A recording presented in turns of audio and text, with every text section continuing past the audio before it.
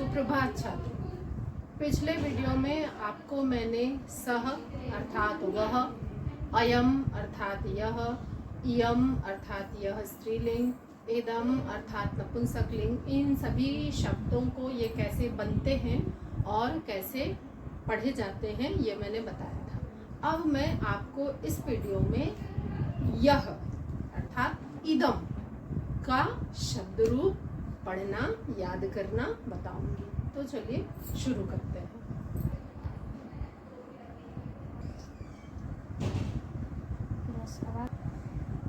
तो छात्रों, ये अयम यह शब्द का रूप है जिसमें कि प्रथमा विभक्ति एक वचन में हो जाएगा अयम अर्थात यह, इमो अर्थात ये दो और इमे अर्थात ये सब।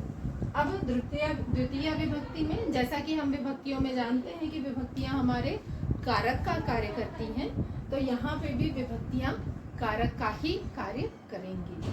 तो द्वितीय विभक्ति क्या हो गई? कर्म कारक हो गई। तो इमम, इमौ, इमा।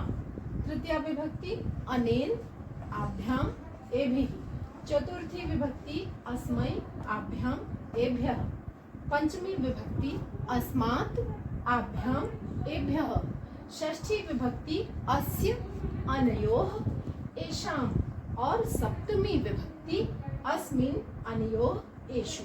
ये है छात्रों अयम अर्थात यह का शब्द रूप। अब अगर हम इसको द्विवचन में देखेंगे तो जैसा कि हम हमेशा से जानते हैं कि द्विवचन में प्रथमा विभक्ति और द्वितीय विभक्ति के एक ही शब्द होते हैं, तृतीय चतुर्थी पंचमी का एक ही शब्द होता है, षष्ठी और सप्तमी का एक ही शब्द होता है। तो उसी प्रकार से यहाँ पे ये सारे शब्द आपको कुल मिलाकर के 1, 2 और 3 शब्द ही आपको याद करने होंगे द्विवचन में। अब बहुवचन में हम आएंगे तो बहुवचन में आप देखिए चतुर्थी और पंचमी विभक्ति में एक ही शब्द होंगे। तो इस प्रकार से हम इस रूप को पढ़ेंगे कैसे, एक बार मैं पढ़ के बताती हूँ। अयम, इमौ, इमे, इमम, इमौ, इमान, अनेन, आभ्याम, एभिः, अस्मै, आभ्याम, एभ्यः, अस्मात्, आभ्याम, एभ्यः, अस्य, अनयोः, एषाम्, अस्मिन्, अनयोः, एषु। ये हमारा पुल्लिंग का यह शब्द का संस्कृत के रूप हो गए जो कि अयम शब्द होता है। अब इसके बाद इसका स्त्रीलिंग मैं आपको बताने जा रही हूँ। अयम शब्द पुल्लिंग होता है और उसका स्त्रीलिंग होता है इयम। इयम का अर्थात होता है यह स्त्रीलिंग। अब पिछले वीडियो में मैंने आपको बताया था कि अयम और इयम शब्द क्या होते हैं, पास की वस्तु के लिए प्रयोग किए जाते हैं। तो ये आप जान चुके हैं। अब हम इयम स्त्रीलिंग शब्द का रूप यहाँ पर मैं लिखूंगी और एक बार उसको भी आपको पढ़ना बता दूंगी।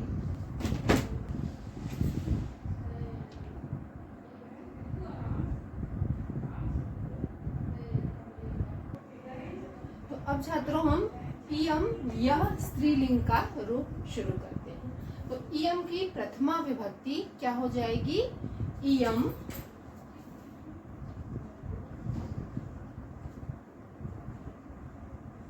इमे, इमा। अब यहाँ पे जब मैंने आपको आकारांत स्त्रीलिंग बताया है तो आपने देखा है कि जैसे मान लीजिए मैं आपको बालिका का शब्द रूप बताती हूँ तो क्या हो जाता है? बालिका एक वचन में, बालिके द्विवचन में और बालिका बहुवचन में। उसी प्रकार से यहाँ पे इयम एक वचन में, इमे द्विवचन में और इमा बहुवचन में हो जाता है छात्रों। अब इसके बाद जब हम द्वितीय विभक्ति में आते हैं तो शब्द हो जाएंगे इमाम, इमे, इमाम, इमाम, इमे और इमाम। यहाँ पे द्वितीय विभक्ति में इमाम के साथ एक शब्द और होता है एनाम।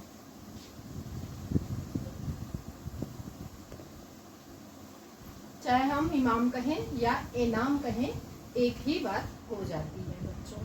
इसके बाद तृतीय विभक्ति का शब्द होगा अनया,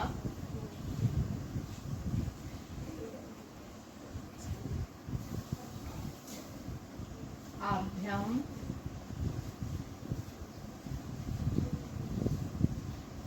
आभि। चतुर्थी में हो गया बच्चों अस्यै आभ्याम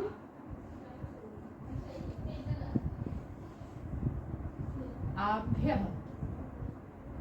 पंचमी में हो गया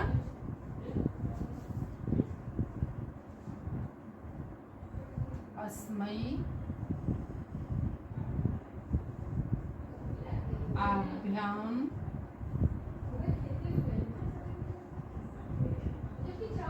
आभ्य। अब बच्चों ये हो गया इयम स्त्रीलिंग का शब्द रूप। अब इसे हम पढ़ेंगे कैसे? इसे हम पढ़ेंगे प्रथमा विभक्ति में इयम इमे इमाम, द्वितीया में इमाम इमे इमाम, तृतीया में अनया आभ्याम आभि, चतुर्थी में अस्यै आभ्याम आभ्यः, पंचमी में अस्याः आभ्याम आभ्यः, षष्ठी में अस्याः अनयोः आसाम और सप्तमी में अस्याम अनयोः आशु। अब यहाँ पर मैं एक बात बताऊँ आपको बच्चों कि जैसे कि हमारा जो कारक होता है और बालक रूप या शब्द रूप जो होते हैं, संज्ञा रूप जो होते हैं, उनमें 8 विभक्तियां होती हैं, एक संबोधन भी होता है। क्योंकि वो संज्ञा होता है इसलिए उसमें संबोधन भी होता है। अब यहाँ पे क्योंकि सर्वनाम शब्द है तो सर्वनाम शब्दों में संबोधन नहीं होता है, इसलिए यहाँ पे अष्टमी विभक्ति यानी कि संबोधन कारक का चिन्ह और उसकी विभक्ति नहीं है। ठीक है बच्चों। अब यहाँ पे मैंने आपको अयम पुल्लिंग, इयम स्त्रीलिंग बता दिए। इसके बाद अब मैं आपको इदम का नपुंसक लिंग का रूप भी बताती चलती हूँ, जो कि बहुत छोटा है। एक बार आप उसे समझ लेंगे तो आपको याद करना आसान हो जाएगा। तो इदम नपुंसक लिंग का रूप भी बता दें।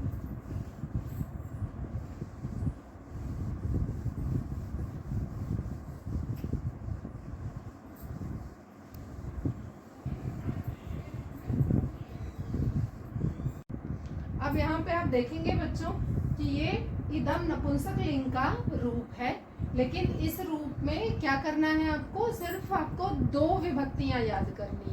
कौन कौन सी? प्रथमा और द्वितीया। और सबसे बड़ी बात यह है कि इन 2 विभक्तियों में भी तीनों ही वचनों के एक ही जैसे रूप है। जैसे आप देखिए, एक वचन में प्रथमा और द्वितीया विभक्ति में इदम इदम, द्विवचन में प्रथमा और द्वितीया विभक्ति में इमे इमे, बहुवचन में प्रथमा और द्वितीया विभक्ति में इमानी इमानी। यानी कि जैसा कि हम नपुंसक लिंग का शब्द रूप याद करते हैं ना छात्रों, जैसे हम याद करते हैं कैसे? फलम फले फलानी, फलम फले फलानी। उसके बाद बालक का शब्द रूप जैसे चलता है वैसे ही नपुंसक लिंग का शब्द रूप भी चलता है। ठीक उसी प्रकार से सर्वनाम का जब रूप आता है इदम यह के लिए, तो वो भी जिस प्रकार से अयम का रूप चलता है उसी प्रकार से बाकी का पूरा रूप चलता है। यदि आपने अयम का रूप याद कर लिया तो आपको नपुंसक लिंग इदम का रूप याद करने की आवश्यकता नहीं पड़ेगी, आप उसको आसानी से याद कर लेंगे। अब आप देख लीजिए, मैं आपको एक बार दिखा देती हूँ कि इदम इमे इमानी प्रथमा विभक्ति में, द्वितीय विभक्ति में फिर से इदम इमे इमानी। अब आप तृतीया से देखेंगे तो अयम के जितने रूप हैं वो सारे ही रूप यहाँ पे हैं। जैसे कि तृतीया में अनेन आभ्यामेभि, चतुर्थी में अस्मै आभ्यामेभ्यः, पंचमी में अस्मात् आभ्यामेभ्यः, षष्ठी में अस्य अनयोः एषाम और सप्तमी में अस्मिन् अनयोः एषु। तो आशा करती हूँ बच्चों आपको अयम शब्द यानी कि यह शब्द का संस्कृत और उसके तीनों लिंगों के रूप आपको समझ में आ गए होंगे और आप इनको आसानी से याद कर पाएंगे। धन्यवाद बच्चों।